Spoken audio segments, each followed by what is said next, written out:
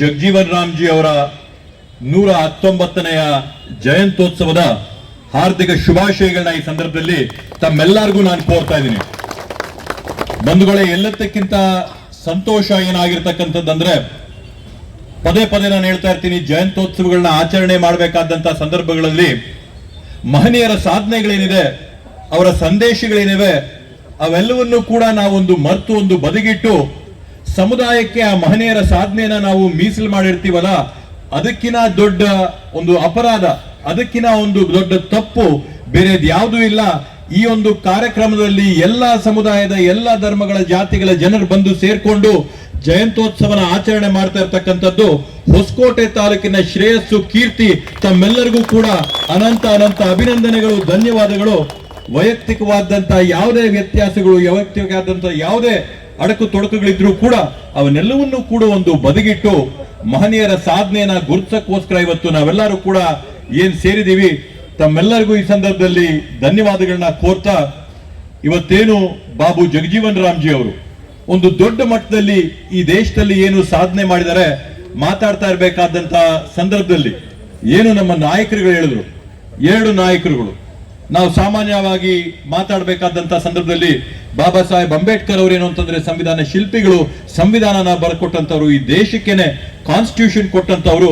ಬಾಬಾ ಸಾಹೇಬ್ ಅಂಬೇಡ್ಕರ್ ಅವ್ರನ್ನ ರೈಟರ್ ಅಂತ ಹೇಳಿದ್ರೆ, ಬಾಬಾ ಸಾಹೇಬ್ ಅಂಬೇಡ್ಕರ್ ಅವರ ತತ್ವ ಸಿದ್ಧಾಂತಗಳು ಸಂವಿಧಾನದ ಅಡಿಯಲ್ಲಿದ್ದಂತ ಆಶೋತ್ತರಗಳನ್ನ ಕೂಡ ಅದನ್ನ ಜನಕ್ಕೆ ತಲುಪ ರೀತಿಯಲ್ಲಿ ಮಾಡಿದಂತವ್ರು ಯಾರು ಅಂತಂದ್ರೆ ಬಾಬು ಜಗಜೀವನ್ ರಾಮ್ಜಿ ಅವರು ಫೈಟರ್ ಅವರು. ಬಾಬಾ ಸಾಹೇಬ್ ಅಂಬೇಡ್ಕರ್ ಅವರು ಹಾಕೊಟ್ಟಂತ ಸಂವಿಧಾನಕ್ಕೋಸ್ಕರ ಹೋರಾಟ ಮಾಡಿದಂತವ್ರು, ತುಳಿತಕ್ಕೆ, ದೌರ್ಜನ್ಯಕ್ಕೆ, ದಮನತೆರಿಗೆ ಎಲ್ಲರಿಗೂ ಕೂಡ ಧ್ವನಿ ಕೊಟ್ಟಂತವ್ರು ಅಂತ ಈ ಸಂದರ್ಭದಲ್ಲಿ ಹೇಳ್ತಾ, ಬಾಬು ಜಗಜೀವನ್ ರಾಮ್ಜಿ ಅವರು ಸುದೀರ್ಘವಾದಂತ ಒಂದು ರಾಜಕಾರಣ ಜೀವನದಲ್ಲಿ ಬಹುಶಃ ವಿಶ್ವದಲ್ಲೇನೆ ಅವ್ರದ್ದೊಂದು ರೆಕಾರ್ಡ್ ಇರಬೇಕು, ಅತ್ಯಂತ ಸುದೀರ್ಘವಾದಂತ ಸರ್ಕಾರದಲ್ಲಿ ಸೇವೆ ಮಾಡ್ತಕ್ಕಂತ ಒಂದು ಸಾಧನೆ ಇವತ್ತು ಬಾಬು ಜಗಜೀವನ್ ರಾಮ್ಜಿ ಅವ್ರದ್ದು 40 ವರ್ಷಕ್ಕಿಂತ ಹೆಚ್ಚು, 31 ಇಯರ್ಸ್, 31 ವರ್ಷ ಅವ್ರದ್ದು ಸೇವೆ ಇವತ್ತು ನಾವು ನೆನೆಸ್ಕೋಬೇಕಾಗತ್ತೆ. ಆ ಒಂದು ಸಂದರ್ಭಗಳಲ್ಲಿ ಬೇರೆ ಬೇರೆ ಖಾತೆಗಳಲ್ಲಿ ಜವಾಬ್ದಾರಿಗಳನ್ನ ಅವರು ವಹಿಸ್ಕೊಂಡಂತ ಸಂದರ್ಭದಲ್ಲಿ ನಾವು ವಿಶೇಷವಾಗಿ ಏನು ಕಾರ್ಮಿಕ ಸಚಿವರಾಗಿದ್ದಂತ ಸಂದರ್ಭದಲ್ಲಿ ಏನು ಸಂವಿಧಾನದಲ್ಲಿ ಬಾಬಾ ಸಾಹೇಬ್ ಅಂಬೇಡ್ಕರ್ ಅವ್ರಿಗೂ ಕೂಡ ಕಾರ್ಮಿಕರ ರಕ್ಷಣೆ ಅಂತಂದ್ರೆ ಏನ್ ಕಾಳಜಿ ಇಟ್ಕೊಂಡು ಸಂವಿಧಾನದಲ್ಲಿ ಅವರ ಅವಕಾಶಗಳು ಮಾಡಿಕೊಟ್ಟಿದ್ರೋ, ಆ ಎಲ್ಲಾ ಸಂವಿಧಾನದ ಅಡಿಯಲ್ಲಿ ಕಾರ್ಮಿಕರನ್ನ ಸಶಕ್ತರಾಗಿ ಮಾಡಕ್ಕೋಸ್ಕರ ಹೋರಾಟ ಮಾಡಿ, ಕಾರ್ಮಿಕರನ್ನ ಬಲಪಡಿಸೋದಕ್ಕೋಸ್ಕರ ಹೋರಾಟ ಮಾಡಿ ಸಾಧನೆ ಮಾಡ್ತಕ್ಕಂಥವ್ರು. ಅದೇ ರೀತಿಯಲ್ಲಿ 2ನೇ ಬಾರಿ ಸಚಿವರಾದಂತ ಸಂದರ್ಭದಲ್ಲಿ ಏನು ಹಸಿರು ಕ್ರಾಂತಿ ಅಂತ ಈಗ ತಾನೇ ನಮ್ಮ ವಿಜಯಣ್ಣ ಅವರು ಹೇಳಿದ್ರು, ಒಂದ್ ಕಾಲದಲ್ಲಿ ಬರಗಾಲ, ಹೊಟ್ಟೆ ಹಸಿವು ಇವೆಲ್ಲದರಲ್ಲಿ ಕೂಡ ಪೀಡಿತವಾದಂತ ದೇಶದಲ್ಲಿ ನೂತನವಾದಂತ ಕೃಷಿಯ ಪದ್ಧತಿಗಳನ್ನ ಈ ದೇಶಕ್ಕೆ ತಂದು ಹಸಿರು ಕ್ರಾಂತಿ ಅಂತೇಳಿ ಗ್ರೀನ್ ರೆವಲ್ಯೂಷನ್ ಅಂತ ಏನಂತ ಹೇಳ್ತೀವಿ, ಗ್ರೀನ್ ರೆವಲ್ಯೂಷನ್ಗೆ ಭದ್ರವಾದಂತ ಬುನಾದಿನ ಈ ದೇಶಕ್ಕೆ ಹಾಕೊಟ್ಟು ಇವತ್ತು ಆಹಾರದಲ್ಲಿ ನಾವು ಪೂರ್ತಿ ನಮ್ಮ ಬೇಕಾದಂತ ಬೇಡಿಕೆನ ನಾವು ಪೂರೈಸ್ಕೋತಾ ಇದೀವಿ ಅಂತಂದ್ರೆ ಇವತ್ತು ಅವ್ರನ್ನ ನಾವು ನೆನೆಸ್ಕೋಬೇಕಾಗ್ತದೆ ಅಂತೇಳಿ ಈ ಸಂದರ್ಭದಲ್ಲಿ ಹೇಳ್ತೀನಿ. ಬಂಧುಗಳೇ, ಬರೀ ನಮ್ಮ ಬೇಡಿಕೆನ ಪೂರೈಸ್ಕೊಳ್ಳುವಂಥದ್ದಲ್ಲ, ವಿಶ್ವದ ಬೇರೆ ಬೇರೆ ದೇಶಗಳಲ್ಲಿ ಎಲ್ಲೆಲ್ಲಿ ಆಹಾರದ ಕೊರತೆ ಇದೆ ಅಲ್ಲಿಗೆ ಇವತ್ತು ನಾವು ರಫ್ತು ಮಾಡೋಂಥ ಶಕ್ತಿ ಇವತ್ತು ನಮ್ಮ ದೇಶಕ್ಕೆ ಬಂದಿದೆ.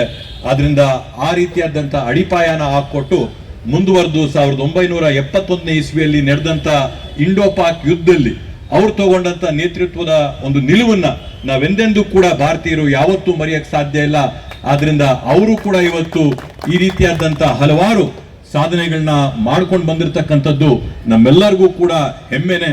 ಇವತ್ತು ಅದ್ರ ಜೊತೆಗೆ ಏನು ಕಳೆದ ವರ್ಷ ನಾವು ಬಾಬು ಜಗಜೀವನ್ ರಾಮ್ಜಿ ಅವರ ಒಂದು ಪುತ್ಥಳಿಗೆ ಏನ್ ನಾವು ಭೂಮಿ ಪೂಜೆ ಮಾಡಿದ್ವಿ, ಇವತ್ತು ಅದನ್ನ ಮಾಡೋದಕ್ಕೆ ತಡೆ ಆಗೋದಕ್ಕೆ 2-3 ಕಾರಣಗಳಿವೆ. ತಮ್ಮೆಲ್ಲರಿಗೂ ತಿಳಿದಂಗೆ ಕರ್ನಾಟಕ ರಾಜ್ಯದಲ್ಲೇನೆ ಕೂಡ ಪ್ರಪ್ರಥಮವಾದಂತ ನೂತನವಾದಂತ ಪ್ರಜಾಸೌಧಾನ ಯಾವ್ದಾದ್ರು ತಾಲೂಕು ಕೊಟ್ಟಿದ್ರೆ ಸನ್ಮಾನ್ಯ ಕೃಷ್ಣ ಬೈರೇಗೌಡರು, ಸನ್ಮಾನ್ಯ ಸಿದ್ದರಾಮಯ್ಯ ಅವರು ಹೊಸಕೋಟೆ ತಾಲೂಕಿಗೆ ಸುಮಾರು 18 ಕೋಟಿ ರೂಪಾಯಿಗಳ ವೆಚ್ಚದಲ್ಲಿ ನೂತನವಾದಂತ ಪ್ರಜಾಸೌಧಾನ ನಮ್ಗೇನಿಲ್ಲಿ ಕೊಟ್ಟಿದ್ದಾರೆ. ಆ ಪ್ರಜಾಸೌಧಾನ ಯಾವ ತರ ಮಾಡಬೇಕು, ಎಲ್ಲಿ ಕೂರಿಸ್ಬೇಕು, ಬಾಗ್ಲೆಲ್ಲಿ ಬರಬೇಕು, ಎಂಟ್ರೆನ್ಸ್ ಏನಾಗಬೇಕು, ಬೇರೆ ಕಡೆ ನಾವು ಏನ್ ಖಾಲಿ ಮಾಡಬೇಕು, ನಮ್ಮ ನಗರಸಭೆಯವ್ರದ್ದು ಕೂಡ ನೂತನವಾಗಿ ಕಟ್ಟಡ ಇನ್ನೇನ್ ನಿರ್ಮಾಣ ಆಗೋದಿದೆ ಆ ಜಾಗನ ಓಪನ್ ಮಾಡಿ ಪಾರ್ಕಿಂಗ್ ಕೊಟ್ಟು sub registrar office, taluk office, ADLR, 28 line ಇಲಾಖೆಗಳಿದೆ, ಲೈನ್ ಇಲಾಖೆಗಳು, ಟ್ರೆಜರಿ ಡಿಪಾರ್ಟ್ಮೆಂಟು ಎಲ್ಲವನ್ನೂ ಕೂಡ ಒಂದೇ ಸೂರಿನಡಿಯಲ್ಲಿ ತಂದು ಯಾರು ಕೂಡ ಸಾರ್ವಜನಿಕರು ಅಲ್ದಾಡದೇ ಇರುವಂತ ರೀತಿಯಲ್ಲಿ ಇಲ್ಲಿ ನೂತನವಾದಂತ ಸುಸರ್ಜಿತವಾದಂತ ಪ್ರಜಾಸೌಧನ ಕಟ್ಟೋ ಒಂದು ಪರಿಸ್ಥಿತಿ ಇರೋದ್ರಿಂದ ಆ ಒಂದು ಜಾಗನ ನಾವು ಫಿಕ್ಸ್ ಮಾಡಿಕೊಂಡು ಕರೆಕ್ಟ್ ಆಗಿ ಮಾಡ್ಕೊಡ್ಬೇಕಾದ್ರಿಂದ ಇವತ್ತು ಮಾಡ್ತಾ ಇರತಕ್ಕಂಥದ್ದು.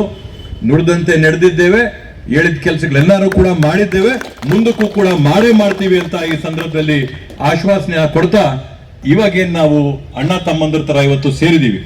ಆ ಅಣ್ಣ ತಮ್ಮಂದ್ರ ತರ ಸೇರಿರ್ತಕ್ಕಂಥದ್ದನ್ನ ಇನ್ನೂ ಮುಂದುವರ್ಸ್ಕೊಂಡು ಹೋಗಿ ಡಿಟೋ ಇದೇ ತರ ಏನ್ 14ನೇ ತಾರೀಕು ನಾವು ಬಾಬಾ ಸಾಹೇಬ್ ಅಂಬೇಡ್ಕರ್ ಅವರ ಜಯಂತ್ಯೋತ್ಸವನ ಆಚರಣೆ ಮಾಡ್ತೀವ, ಡಿಟೋ ಇದೇ ತರ ಜನ ಸೇರಿ ವಿಜಯಣ್ಣವರು ಸರಳವಾಗಿ ಅಂತ ಹೇಳಿದ್ರು, ಸರಳವಾಗಲ್ಲ, ಸರ್ಕಾರದ ಸುತ್ತೋಲೆಯಂತೆ ಆದ್ರೆ ವಿಜೃಂಭಣೆಯಿಂದ ನಾವು ಮಾಡ್ಕೊಂಡಿದೀವಿ. 26ನೇ ತಾರೀಕು ಏನ್ ನಾವು ಒಂದು ಐಕ್ಯತಾ ಸಭಾ ಅಂತ ಮಾಡಿ ರಾಜ್ಯಾದ್ಯಂತ ಬೇರೆ ಚರ್ಚೆಗಳು ನಡೀತಾ ಇರ್ಬೋದು. ನಾನು ಬಂದಾಗೂ ಕೂಡ ಸಮುದಾಯಗಳ ಮುಖಂಡರುಗಳು ಬಂದ ನನ್ನ ಹತ್ರ ಮಾತಾಡಿದ್ರು. ಮಾತಾಡಬೇಕಾದಂತ ಸಂದರ್ಭದಲ್ಲಿ ಒಳ ಮೀಸಲಾತಿ ಬಗ್ಗೆ ಚರ್ಚೆ ಆಯ್ತು. ಒಳ ಮೀಸಲಾತಿಯಲ್ಲಿ ವಿದ್ಯಾಭ್ಯಾಸದಲ್ಲಿ ರಿಸರ್ವೇಶನ್, ಶಿಕ್ಷಣದಲ್ಲಿ ರಿಸರ್ವೇಶನ್, ರಾಜಕೀಯದಲ್ಲಿ ಇನ್ನೂ ಬಂದಿಲ್ಲ. ಉದ್ಯೋಗ ಅದೇ ವಿದ್ಯಾಭ್ಯಾಸ ಸಾರಿ ಉದ್ಯೋಗಕ್ಕೆ ಬಂದದ. ವಿದ್ಯಾಭ್ಯಾಸ ಉದ್ಯೋಗ ಸಿಗಂತದ್ದು ಈ ಪೂರ್ತಿ ಜನರಲ್ಲಿ ಒಂದು 5% ಜನಕ್ಕೆ ಅದ್ರ ಅನುಕೂಲ ಸಿಗಬಹುದು. ಮಿಕ್ಕಿದ 95% ಜನಕ್ಕೆ ಏನ್ ಹಿಂದ್ಲಿಂದ ತುಳಿತಕ್ಕೂ ಆಗವ್ರೆ. ಊರಲ್ಲಿರೋ ತಿಮ್ಮಕ್ಕ, ರಾಮಕ್ಕ, ರಾಮಣ್ಣ, ಬೊಮ್ಮಣ್ಣ ಅವ್ರೆ, ಅವ್ರಿಗಿವತ್ತು ಕೂಡ ಮೀಸಲಾತಿ ಆಗಿರ್ಬೋದು, ಒಳ ಮೀಸಲಾತಿ ಆಗಿರ್ಬೋದು, ಅದರ ಒಂದು ಅನುಕೂಲ ಪಡ್ಕೊಳಕ್ ಅವ್ರಿಗೆ ಪಾಪ ಇನ್ನೂ 2-3 ತಲೆಮಾರುಗಳು ಬೇಕು. ಆ ಇನ್ನ 2-3 ತಲೆಮಾರುಗಳಿಗೆ ಈ ಮೀಸಲಾತಿ, ಒಳ ಮೀಸಲಾತಿ ಅನುಕೂಲ ಸಿಗೋವರೆಗೂ ನಮ್ ಶಕ್ತಿ ಏನಂತಂದ್ರೆ ಒಗ್ಗಟ್ಟೆ ಶಕ್ತಿ, ಒಗ್ಗಟ್ಟಾಗೆ ಇರಬೇಕು ಅಂತ ಹೇಳಿ ಈ ಸಂದರ್ಭದಲ್ಲಿ ನಾನು ಹೇಳಕ್ಕೆ ಬಯಸ್ತೀನಿ. ಯಾಕಂತಂದ್ರೆ ಊರಲ್ಲಿ ಹೊಟ್ಟೆ ಪಾಡ್ಗಿಲ್ದೆ, ಸೂರಿಲ್ದೆ, ಬಟ್ಟೆ ಇಲ್ದೆ ಕಷ್ಟದಲ್ಲಿರ್ತಕ್ಕಂಥವ್ರಿಗೆ ರಕ್ಷಣೆ ಯಾರು ಕೊಡಕ್ಕಾಗತ್ತಂತಂದ್ರೆ ಒಗ್ಗಟ್ಟು, ಗುಂಪು ಶಕ್ತಿನೇ ಕೊಡಕ್ ಸಾಧ್ಯ ಆಗಂತದ್ದು. ಮೀಸಲಾತಿ, ಒಳ ಮೀಸಲಾತಿ ನಾನು ಅದನ್ನ ಬೇಡ ಅಂತಾನು ಹೇಳ್ತಾ ಇಲ್ಲ, ಚರ್ಚೆ ಬೇಡ ಅಂತಾನು ಹೇಳ್ತಾ ಇಲ್ಲ. ಅನುಕೂಲ ಪಡ್ಕೊಳ್ಳುವಂಥದ್ದು ಅದರಿಂದ ಇರೋದು ಸಮಾಜದಲ್ಲಿ 5-10%.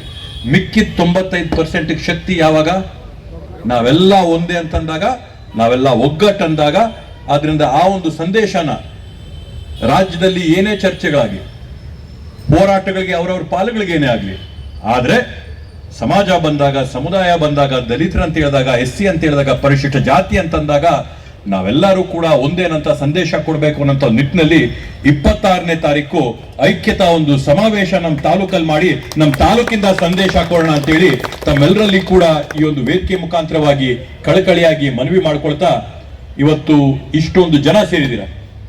ಸಂದೇಶ ಇವತ್ತು ಸಾಮಾನ್ಯವಾಗಿ ರಾಜಕೀಯದಲ್ಲಿ ಒಡೆದಾಳ ರಾಜಕೀಯ ಈಸಿಯಾಗಿ ಮಾಡ್ಬೋದು. ಅವ್ರನ್ನ ಇವ್ರನ್ನ ಗುಂಪುಗಳು ಮಾಡೋದು, ಅಣ್ಣ ತಮ್ಮಂದ್ರನ್ನ ಕೆಡಿಸೋದು, ಅಕ್ಕ ತಂಗಿರನ್ನ ಬೇರೆ ಮಾಡೋದು. ಆದ್ರೆ ಒಗ್ಗಟ್ಟಾಗಿ ಮಾಡಿ ಜೊತೆಗೆ ಹೋಗಂತ ಕೆಲಸ ಮಾಡ್ಬೇಕಾದಂಥದ್ದು, ಸಮಾಜಕ್ಕೆ ಒಳ್ಳೆ ಸಂದೇಶ ಕೊಡುವಂಥದ್ದು. ಆದ್ರಿಂದ 26ನೇ ತಾರೀಕಿನ ಕಾರ್ಯಕ್ರಮ ಸರ್ಕಾರದ ಎಲ್ಲ ಅಧಿಕಾರಿಗಳು ಸೇರ್ಕೊಂಡು ಯಾವ ತರದಲ್ಲಿ ಸಹಕಾರ ಕೊಡಬೇಕೋ ಸಹಕಾರ ಕೊಟ್ಟು ಮಾಡೋಣ. ಸಮಾಜದಲ್ಲಿರ್ತಕ್ಕಂಥ ಸಾಧಕರನ್ನ ಗೌರವಿಸೋಣ, ಪ್ರತಿಭಾವಂತ ಮಕ್ಕಳಿಗೆ ಅವಕಾಶ ಕೊಡೋಣ. ಅವರೆಲ್ಲರನ್ನೂ ಕೂಡ ತಂದು ಚಿಕ್ಕ ವಯಸ್ಸಿನಿಂದಲೇ ಅದು ಇದು ಗುಂಪುಗಾರಿಕೆ ನಾವು ನೀವಲ್ಲ, ಎಲ್ಲ ಒಂದೇ ಅಂತ ಮಕ್ಕಳಿಗೆ ಸಣ್ಣ ವಯಸ್ಸಿಂದ ಬೆಳೆಸ್ಕೊಳ್ತಾ ಬರೋಣ ಅಂತ ಈ ಸಂದರ್ಭದಲ್ಲಿ ಹೇಳ್ತಾ, ಈ ಒಂದು ಕಾರ್ಯಕ್ರಮಕ್ಕೆ ಬಂದು ಇಷ್ಟೊಂದು ಯಶಸ್ವಿಯಾಗಿ ಮಾಡಿಕೊಟ್ಟಿದ್ದೀರಾ. ತಮ್ಮೆಲ್ಲರಿಗೂ ಕೂಡ ಧನ್ಯವಾದಗಳನ್ನ ಈ ಸಂದರ್ಭದಲ್ಲಿ ಕೋರ್ತಾ, 14ನೇ ತಾರೀಕಿಗೂ ಕೂಡ ಇಷ್ಟೇ ವಿಜೃಂಭಣೆಯಾಗಿ ಬರಬೇಕು ಅಂತ ತಮ್ಮಲ್ಲೆಲ್ಲ ಕೂಡ ಮನವಿ ಮಾಡ್ಕೊಳ್ತಾ 26ನೇ ತಾರೀಕನ್ನು ಕೂಡ ಯಶಸ್ವಿ ಮಾಡಿ ಅಂತ ಹೇಳ್ತಾ, ಬಾಬು ಜಗಜೀವನ್ ರಾಮ್ಜಿ ಅವರ ಜಯಂತ್ಯೋತ್ಸವದ ಹಾರ್ದಿಕ ಶುಭಾಶಯಗಳನ್ನ ತಮ್ಮೆಲ್ಲರಿಗೂ ಕೋರ್ತಾ, ನಾನೊಂದ್ಸರಿ ಕೂಗಾಗ್ತೀನಿ, ಜೊತೆಗೆ ಹಾಕ್ತೀರಾ? ಜೈ ಜೈ ಜೈ ಜೈ ಜೈ ಭೀಮ್, ಜೈ ಜೈ ಜೈ ಜೈ ಜೈ ಭೀಮ್, ಜೈ ಜೈ ಜೈ ಜೈ ಜೈ ಭೀಮ್.